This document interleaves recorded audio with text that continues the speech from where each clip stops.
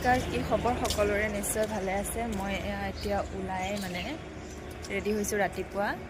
এতিয়া মোৰ য়োগা ক্লাছ আছে আৰু এয়া দেখিছেনে, এয়া মোৰ হোষ্টেল। আৰু এতিয়া মই যাম য়োগা ক্লাছলৈ, তাৰ পাছত আহি যাম। লগৰ দুজনী আহিব, সিহঁতৰ কাৰণে ৰখি আছোঁ, তাৰপিছত যাম আৰু ক্লাছৰ কাৰণে। ৰাতিপুৱা যে শুই উঠি সঁচাই মনটো ইমান ভাল লাগে।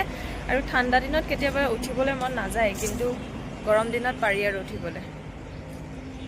এতিয়াৰ পৰা ভাল লাগিব, গৰম দিন আহিল যেতিয়া। এনেও মোৰ গৰম দিনটো ভাল লাগে, আৰু এতিয়া গৰম দিনটোত উঠিও ভাল লাগিব, য়োগা কৰিও ভাল লাগিব।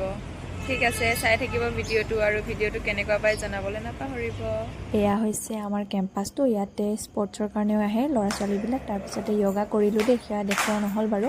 তাৰপিছত আমি আহি আছোঁ, আহি 9:30ৰ পৰা ক্লাছ আছে। সেয়েহে আহি তুমি এতিয়া ব্ৰেকফাষ্ট কৰিব লাগিব, কৰি মেলি গা পা ধুই মেলি কলেজ যাম।